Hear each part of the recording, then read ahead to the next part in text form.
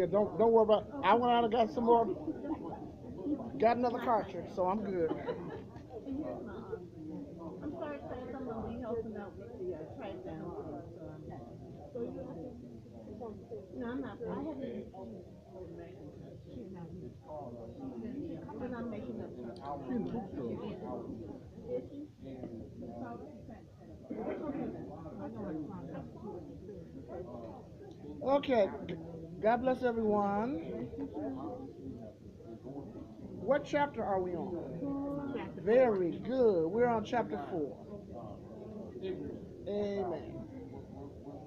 Now, now we're on chapter 4, and this is a very interesting chapter because as I was preparing and studying to bring this to you, I learned something that I didn't know. The title of this particular lesson is the climax to the best stories. Turn to your neighbor and say the climax to the best stories. Yeah. Now this is very interesting because of the title of this particular lesson. It made me do some research on the word climax. And y'all will never guess what I found. If you take a look at your handout, I point out that we can't teach this lesson without defining the word climax.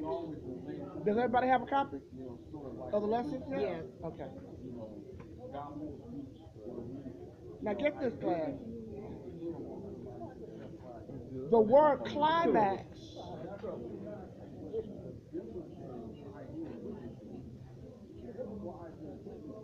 climax that we use in this lesson. Everybody ready? Everybody ready for it? Okay. The word climax that we use in this lesson comes from the Greek word climax. Klimax. I didn't know that. It's spelled differently. So I said, okay. So then I researched a little bit more. So this word climax, the title is the climax to the best stories, right? And when I studied, I found that the English word climax comes from the Greek word climax, but it's spelled differently. And guess what the word climax means in Greek? It means a ladder. Oh, ain't nobody. I'm gonna teach this with the help of the Holy Ghost. So you climb a ladder to go up. That's right. I said, oh God. I said, yeah, that's what I said. Oh God. I said, oh my God. So the word climax in Greek means ladder, and since the climax is the highest point, you would need a ladder to go up to the highest point. Ain't nobody praying with me. Isn't that interesting? Yes, it is. Hallelujah. And the root word, get this, to the Greek word climax, Klimax, means to lean, Lean. So actually, as you go up the ladder, you're leaning on the ladder as you go up. Are y'all learning something? Yeah. Oh, good God of mercy. So you climb a ladder to get to a higher place. Amen. Yes, ma'am. That's why a lot of laid on. Come on now, because you're leaning on. Come on, shot. Glory. Glory. Now, so the climax of any story, Bible story, is what God does.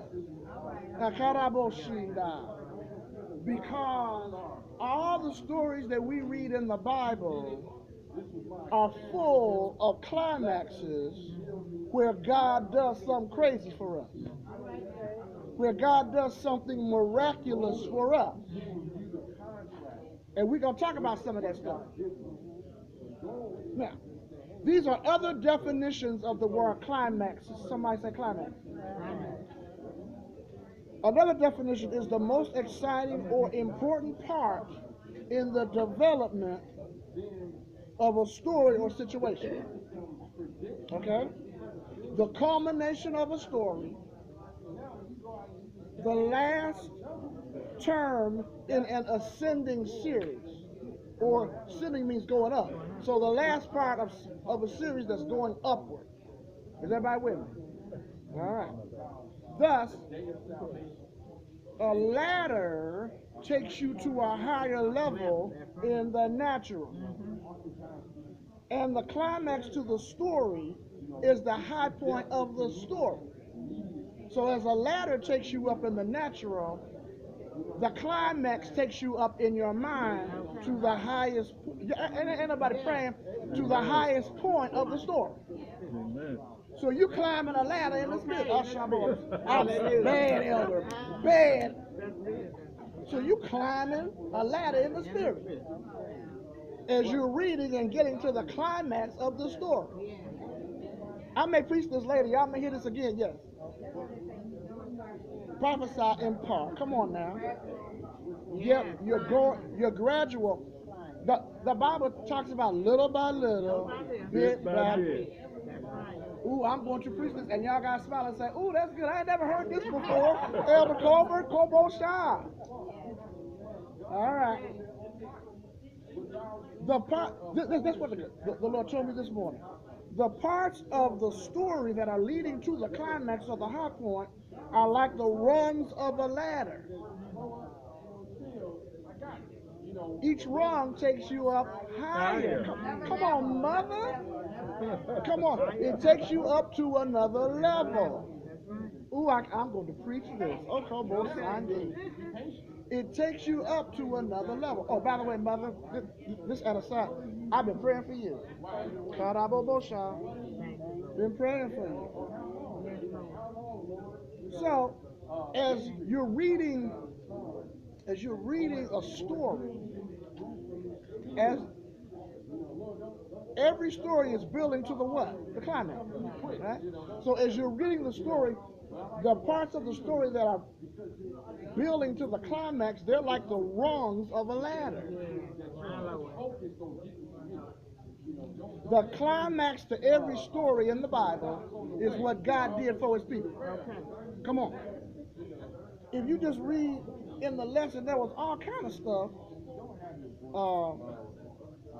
about the people cry going up to God, particularly in Judges.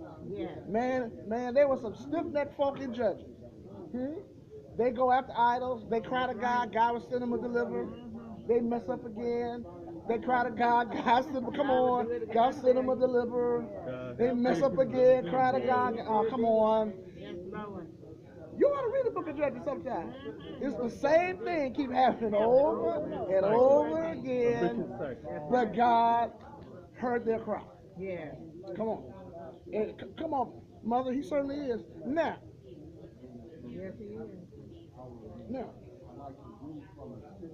When Jesus was crucified, what do you all think was the high point to that story? What was the high point to that whole scenario of Jesus being crucified, getting up? What's the high point? Right, but what's the high point of that whole story, the death, burial, and resurrection? What's the high point? The resurrection. Thank you. The high point, the climax of that story is what? The resurrection. That's the high point. Somebody say the resurrection. Somebody said the climax was the resurrection.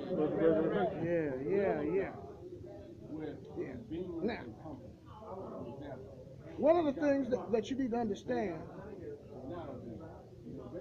is that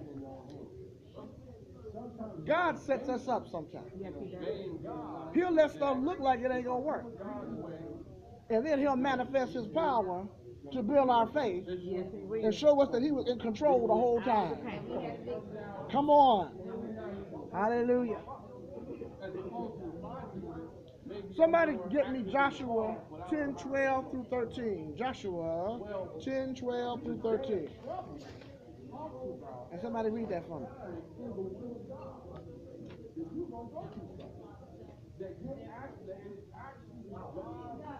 I'm blessed already. This is blessing me. Elder, you said Joshua what? Joshua 10, 12 through 13. Okay. The Zion night, the Z-I-D-O, the Zion night, from at 12 is from, am I reading it right? No, not Judges. I'm Joshua. sorry. Oh, you want Joshua? Joshua 10, 12 through 13. Okay, I'm sorry. It's okay. Joshua 10, 12 through 13.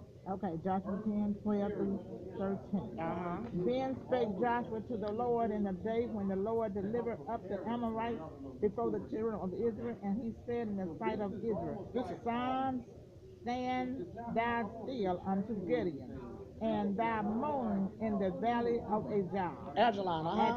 And then what happened? And the sun stood still, and the moon stayed until the people had avenged themselves upon their enemies. Is it not this written in the book of Joshua? So the sun stood still in the midst of heaven, and haste not to go down about a whole day. Thank you. Wait, did y'all hear that? Here, wait. A whole day. Wait, I gotta say this again, in case you couldn't hear the evangelist. Joshua needed a little bit more time. Yes, he did. Wait a minute. I said Joshua needed a little bit more time to avenge himself on his enemy. Yes. Is everybody with me? Yes. So, but unlike us, Joshua's faith was like through the roof. Yes, it was. Joshua needed some more time to finish beating folk up. Yes. He needed more time. But his power, his faith in God was so strong. I would have loved to have seen some of this Old Testament stuff. Okay, they fighting, right? All of a sudden, Joshua stops fighting, steps back, and says, "Son, stand thou still over Gibeon, and moon in the valley of Ajalon." Wait a minute, okay. He pointed and told the sun and the moon to stand still, and it did. And the Joshua 10, 12 through 13, one of the guys just read, and probably ends up by saying, and the sun hasted not to go down for a whole day. Ain't nobody praying. Prophet back there smiling, hallelujah. The sun didn't go down for a whole day. And as I always teach this, but they use carbon, I believe it's carbon 13. It's a radioactive substance to trace time. And they have used this carbon 13 to come up with how old the earth is. Oh yeah. The physicists have used this carbon 13. Why are you smiling like that, Prophet? To figure out how old the earth is. And everything seemed to come through, but there's a day that seems to be lost. Ain't nobody hollering. I said, but there's a day that the physicists, and with all their carbon 13 and radioactive stuff, there's a day that they can't account for. That's right. I know. I know what happened. Prophet, I think you know too. I know what happened to the day. It's right here in Joshua. Okay. The sun didn't go down for a whole day. This is the kind of stuff you need to show heathens who don't believe. That's right. Some of the real smart ones. Yeah. Come on. Because some of the hardest people to convert are your intellectuals. Because I got some cousins like that. You know, they real smart. And they try and rationalize, I study all the religions. I'm not sure, so I just want to know. Amen. But I have one cousin like that, and I didn't know. I was witnessing to him and stuff, and she got saved with her smart self. And now she be Facebooking me talking about, cuz I can't wait for you to come back to Michigan so we can sit down and talk. She said, you have no idea how much you and your teachings have affected me. I had no idea. And she said, cuz I got saved because of you. Come on. And that makes me happy. Make me happy. So the sun didn't go down. Now the title of this lesson 4 is what? The climax to the best story. Hallelujah. We've had some more people come in. Prophet, this for you. I got to teach a little bit about the word climax. The word climax that we use in English comes from the Greek word climax, Klimax. A whole lot of our words, y'all always tease me about the Greek and stuff, but a whole lot of our English words come from Greek words. The English word climax, Klimax is how we spell it, comes from the Greek word climax, Klimax. Amen. And this word climax in Greek means a ladder. A ladder, you take a ladder to go up to a higher point than where you are. Yeah. Are y'all with me? Amen. So that means that that Greek word means a ladder, and a climax is the highest point. So when you juxtapose all that stuff together, the ladder takes you up to the highest point that you're trying to get to. When I read that, I hollered. I said, what? It means a ladder? What? Because a ladder take you up. Yes, it does. You climb a ladder to get to a higher place than you are. And then I found that the root word to this Greek word climax means to lean. And actually, what God pointed out to me, as you're going up the ladder, you're actually leaning on the ladder as you go up. And I said, oh God. So the story has the highest point is called the climax. And what God told me this morning, he told me that the rungs of a ladder are like the parts of the story that are taking you up to the highest point. That's the truth. Did y'all get that? Yeah. The rungs of the ladder take you up the ladder, right? And the climax has to build. Yeah. The story has to build to get to the climax or the high point. Yeah. Are y'all with me? That's true. Amen. I said, okay. So the climax of every story in the Bible is what God did for his people. Yeah. The prophet, the Lord dropped in my spirit. The Bible is a story, a climax of what God did for his people. I said, ooh, Kobo Shah. I said, okay. The definitions, of course, of a climax are the most exciting or important part in the development of a story or situation, the culmination of a story, or the last term in an ascending series. Okay? It's taking you up. As I mentioned, the climax to every story is what God did for his people. Yeah. The climax of Jesus' death, burial, and resurrection is the resurrection. That's the climax. That's the high point. They had buried him. They thought it was over. They hired folk to watch the sepulchre because they thought that the saints were going to come and steal his dead body, but his body wasn't dead no more. Amen. And I taught this on Easter. They took a piece of rope and wax, and the little crevice, they roll a huge rock to the front of the sepulchre. And there was a little space between the top of the sepulchre and the top of the rock. And they took a piece of rope and wax and put the wax on the rope in that little space. Purpose being, if somebody came and disturbed the rock and tried to move it, you see the broken seal. And that would be their way of doing it. I called the message prophet, the seal was not broken. I'm sorry. Bad elder. I call it the seal was not broken. That's what I preached on Easter, early Easter, Resurrection Day. Because the seal wasn't broken, but he got out anyway. Yes, he did. He made his clean escape. You want to know how he got out? Somebody say a climax. Amen. This is the climax to the story. They buried him in the sepulchre. They thought it was all over. The Bible says, in Romans the 6th chapter, it says that Christ was raised from the dead by the glory of the Father. Are y'all with me? Amen. The glory of God came out of the glory of God came into the sepulchre, hit Jesus. He got up. See, there's a whole lot of stuff. I'll be right with you, Carl, that people don't understand what went on. But when the power of God went in and Jesus got up, they had a napkin over his face. He was all wrapped up like a mummy. See, back in those days, when you died, they wrapped you all up like a mummy in bandages and stuff. Okay? So, but then when the power of God came in the sepulchre and hit Jesus, he got up. He walked. Listen, he walked through the bandages. Yeah. And the napkin on his face, it kind of burned through. He walked through the napkin. The napkin on his face they call the shroud of Turin. That's got the imprint of his face on the napkin. So how did it have the imprint on his face? Because he walked right. No hollering in Sunday school.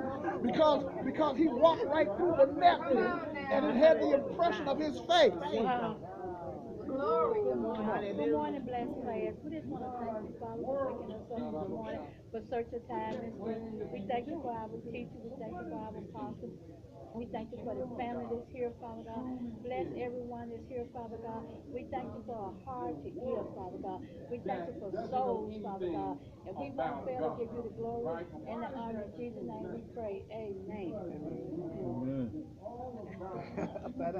So he got up, he walked through the bandages, his face went through the napkin that was over his face. Now that was bad enough. But then he walked through the side of the sepulchre. Yeah. Ain't nobody praying with me. Because his Bible, Ella Hinton used to call it a glorified body. He had a glorified body, and a glorified body, saints, is not subject to the laws of physics. So he had a glorified body. He walked through the wall, and what's funny is, if you read, I think it's Luke 24, the women were going to go and anoint his body. Because see, they didn't have the kind of technology that we have today. So when you die, they anoint you with herbs and with aloes and stuff, so the body wouldn't stink as quickly. But guess what? My Bible tells me that the God said that he would not suffer his Holy One, to see corruption.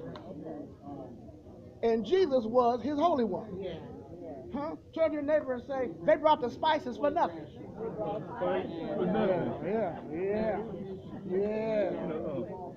Yeah, they brought the spices for nothing. They brought the spices for nothing for two reasons. Number one, he wasn't there. Because the power of God hit the sepulchre and he walked through the sides of it and he was gone. But his body could not decay.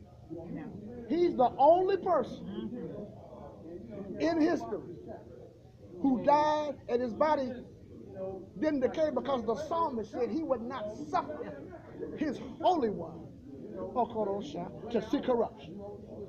Ain't nobody pray.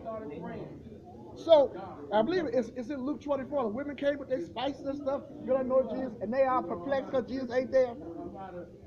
And listen, they hired people to watch the sepulchre to make sure that the saints didn't break in, take his body, and say he was risen from the dead. Are y'all with me? Okay. So here you are, paid to watch the sepulchre. Big angel showed 12 feet, glowing. Bible says that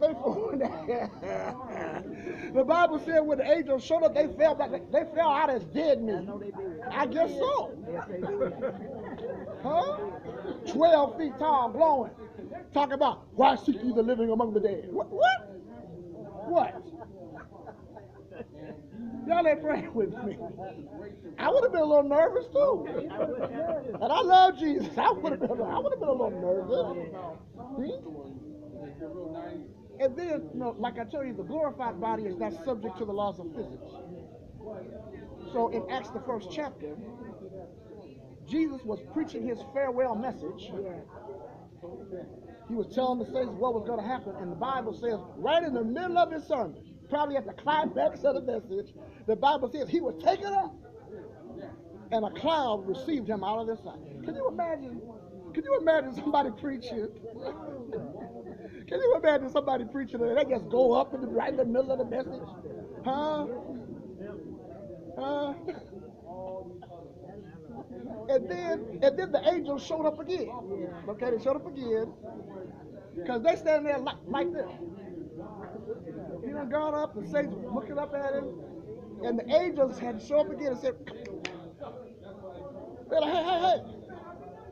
They were saying, this same Jesus, which was taken up from you into heaven, y'all that pray with me, shall so come in like manner as ye have seen him go into heaven. Turn to your neighbor and say he's coming back. He's coming back. Yeah, come on, Shabby. I feel my teacher this morning. I'm sorry. Bad, Elder. Bad. Bad. All right. So, I really like this. I'm going to preach this climax thing one day or teach it to someone. And like I said, y'all got to act like you ain't never heard it before. Like, oh, Elder Climax. Oh, boy, what a revelation. Somebody get me 2 Kings 13:21. Somebody say the climax. Climax.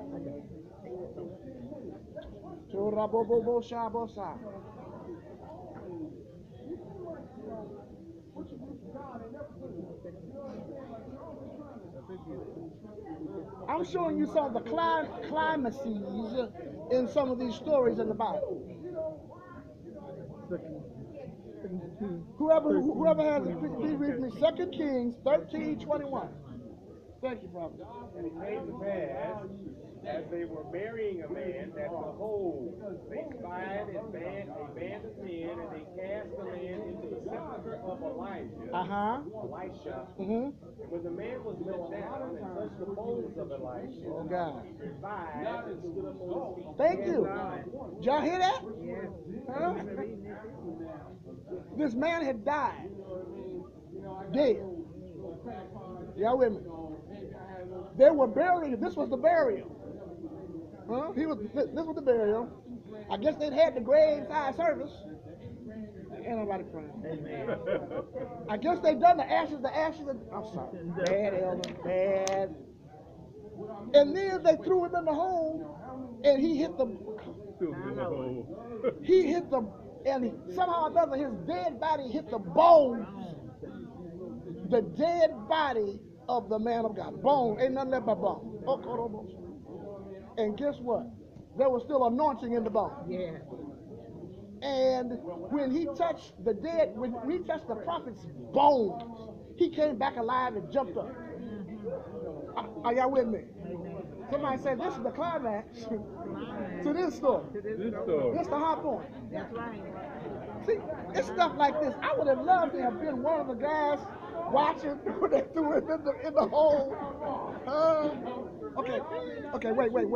Can you imagine the guys that threw him in the hole? Can you imagine when he got up? Can you imagine how scared they must have been? Oh, yeah. Huh? So the man getting up from the dead is the climax of the story. This is chapter 4, the climax to the best stories. The climax is the high point. And we got more people to work. Our English word climax comes from the Greek word climax, Klimax, and it means a ladder. Because a ladder takes you to the highest point. Are y'all with me? They're going to say, well, that sounds good, but you want a ladder. 1 Kings 17. Somebody read, please, for me, 1 Kings 17, 8 through 16. This is a scenario that we're all familiar with. But again, you're going to see the climax or the high point of the story. 1 Kings 17, 8 through 16.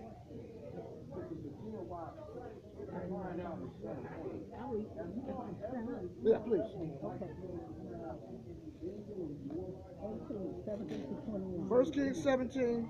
And the Lord said, shall I hide from Abraham what I'm going to do? Since Abraham shall such surely. Wait. Where are you? Oh no. What did I do? Oh. I know that's not it. I know that, but I'm sorry.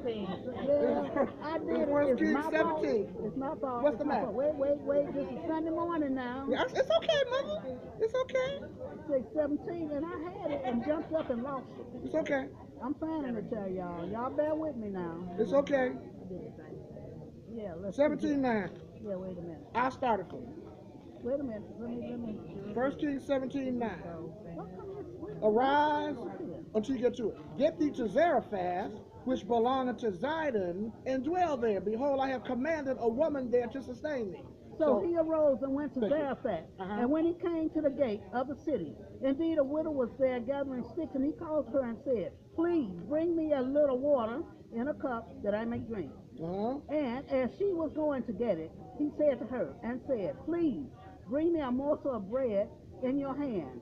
So she said, As the Lord your God lives, do I not have bread, only a handful of flour in a bin and a little oil in a jar?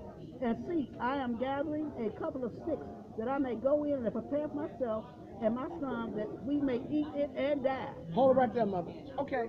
Now, if you go back up to the ninth verse, Okay. the prophet's holding on to what God told him.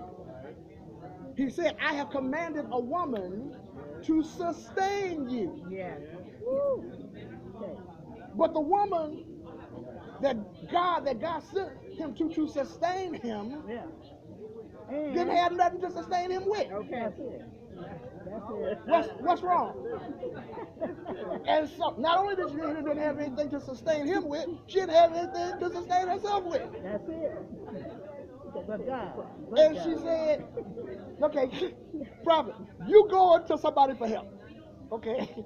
And the person that you go to for help tell you, I don't have a cake, I ain't got nothing. And as a matter of fact, this last little we got, me and my son go eat it and die. Okay. And this is the person, y'all ain't praying with me. Oh. This is the person that's supposed to help you. Somebody say the climax of the story. I feel my preacher. Call up both shot. Okay. Hey. Come on, mother. I'm at 13. Uh-huh. And Elijah said to her, Do not fear, go and do as you have said, but make me a small cake first, and bring it to me, and afterwards make some for yourself and your son. Hold it, mother. Okay. Here's a prophet in an unusual situation already. The one that's supposed to help him is about to die because she ain't got enough for herself and her son, right?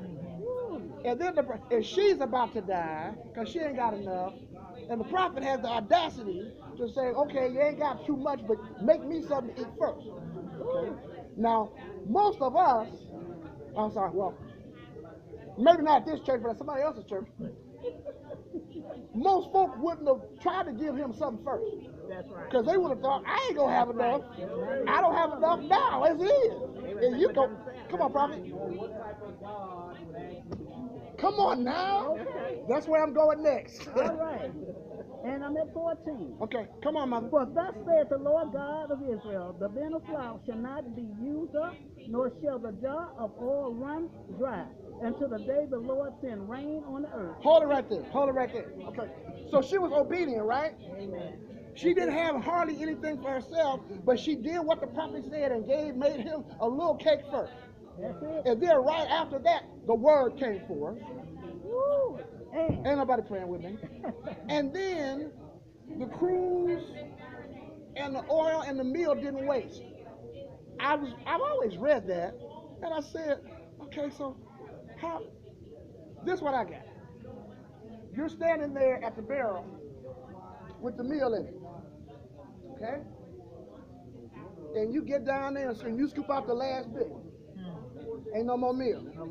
But then you look, and there's some more meal. Ain't nobody praying with me. You scoop in the bottom of the barrel, and you get you some meal. What's left? So you use that, then you go back to the barrel, and there's some more barrel, and there's some more meal in that barrel that you just took the last part out of. Are y'all with me? Amen. My Bible says that he's El Shaddai. El Shaddai. More. That is more. El Shaddai, the God that's more than enough. And you know what? Sometimes you got to have less than enough to understand that. Stop hollering. To understand that he's more than enough. That's right. That's the truth. Wait a minute. Come on, mother. Okay, 14. For thus saith the Lord God of Israel, the bin of, wait a minute, 15. Mm-hmm. So she went away and did according to the word of Elijah. She obeyed. And he and her household ate for many days. Thank you. See, they kept going back to the barrel that should have been empty. Oh, I feel my teacher. That should have been empty, but then there was still meal. You can sit down, mother. Thank you. There was still meal in the bottom of the barrel. Because he El Shaddai. This is the high point of the story. It's called the climax. Are y'all with me? The Bible is full of stories like this where you have high points. God sets us up with the climaxes to these different stories to build our faith up. Amen. Are y'all with me? Okay, so I love this. Somebody get me Daniel 3:18 through 25. Daniel 3:18 through 25. Woo! Y'all getting anything? I know I'm excited. Because it don't take much from me. Amen. Daniel. Anybody got it? Daniel? Okay, thank you. Yeah, read 3:18 through 25. Daniel 3:18 through 25. Maybe you right, and you got to wait on the going up. And God's not necessarily, A little bit louder.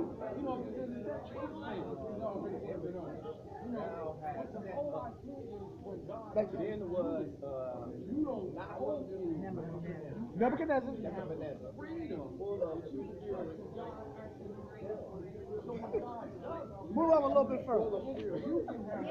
And the form of his, I ain't reading no more.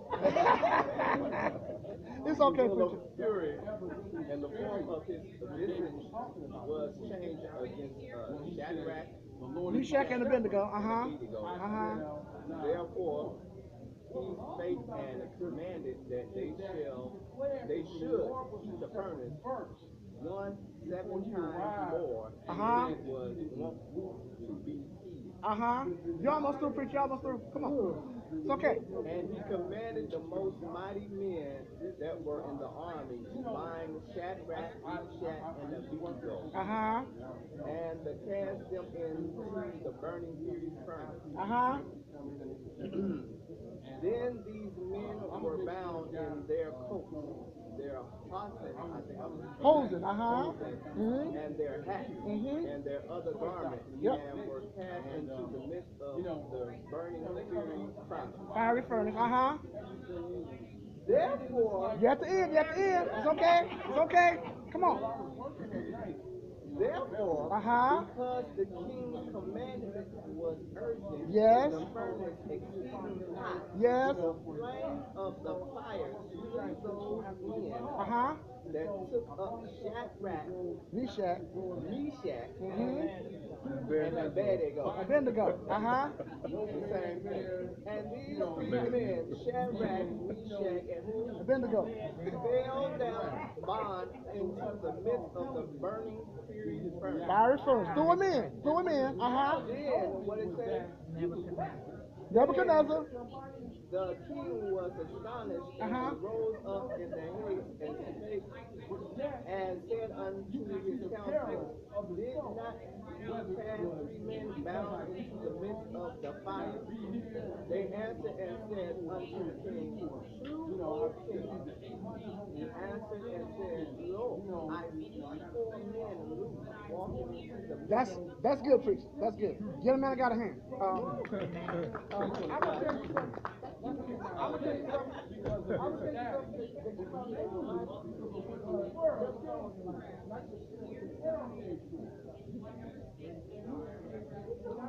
See, I can tell because he said stuff like, when he can't pronounce the word, all the people go, or something like that. He ain't got no experience doing that. That's what the preachers do. All right. So, somebody say the climax. So now, Shadrach, Meshach, and Abednego. Thank you.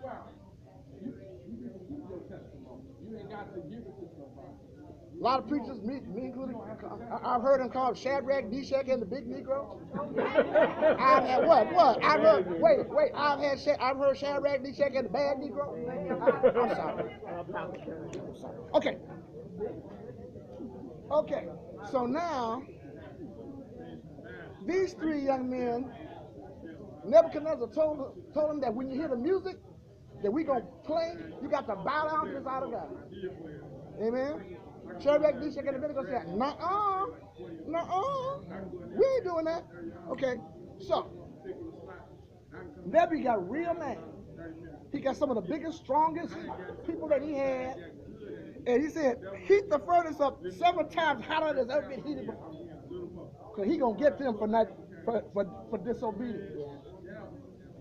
And this is the funny part. Imagine you're the guys that the king pays to throw folk into the fiery furnace. Ain't nobody praying. Ain't nobody praying. And they have stuff that's supposed Prophet is killing. Stuff that's supposed to protect you from the fire. Yeah. The Bible said they had their hats and their hoses and their coats. I guess they didn't have asbestos yet, but whatever. It must have been thick stuff, amen, to protect them from the fire and the heat.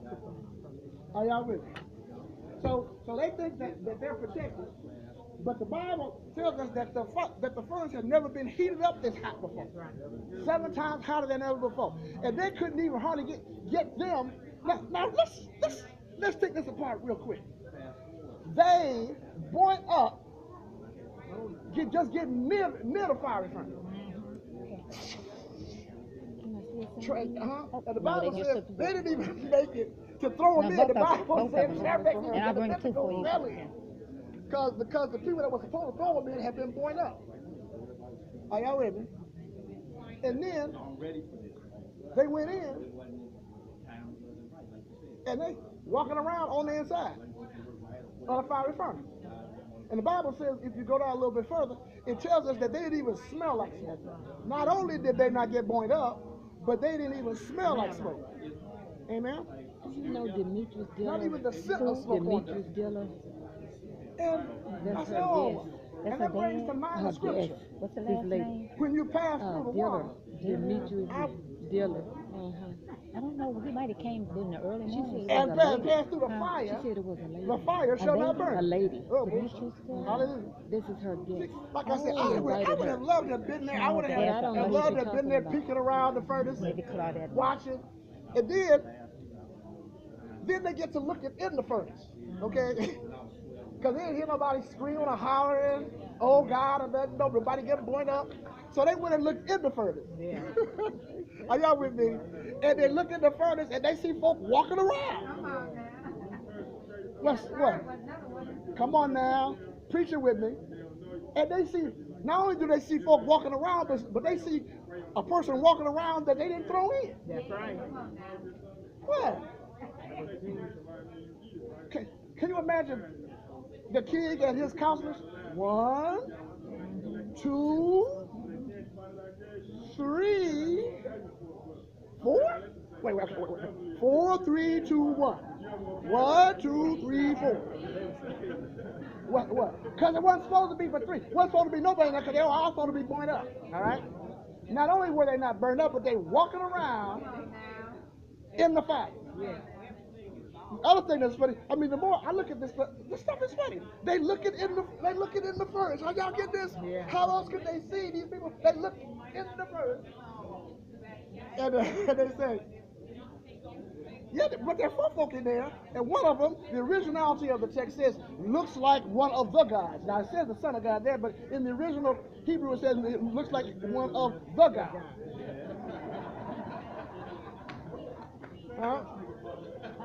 I personally believe that he was the pre-incarnate Christ. That's just my thing. Could be, I could be wrong.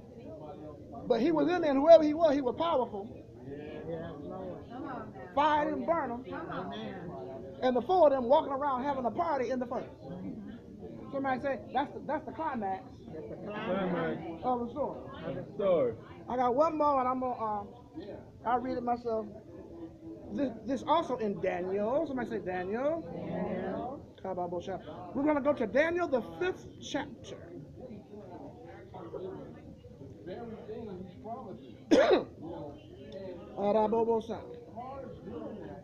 Are y'all getting anything? Daniel 5.